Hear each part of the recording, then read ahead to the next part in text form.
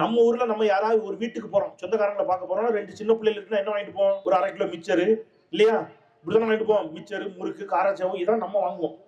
ரசகுல்லா, ரசமலாய் இப்படிலாம் வாங்குவோமா? இதெல்லாம் வட இந்தியர்களுடைய உணவு.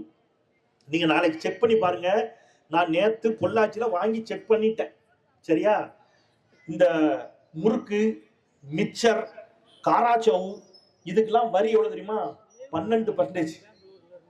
இதுக்கு 12%.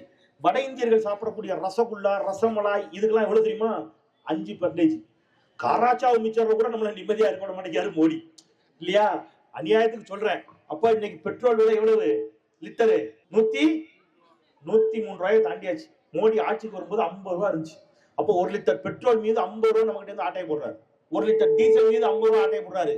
சிலிண்டர் மீது 600 ரூபாய் ஆட்டை போடுறாரு. இல்லையா? மோடி நம்ம கிட்ட இருந்து ஆட்டை போடுற காசு மட்டும் எவ்வளவு தெரியுமா? மாசம் கிட்டத்தட்ட 5000 ரூபாய்.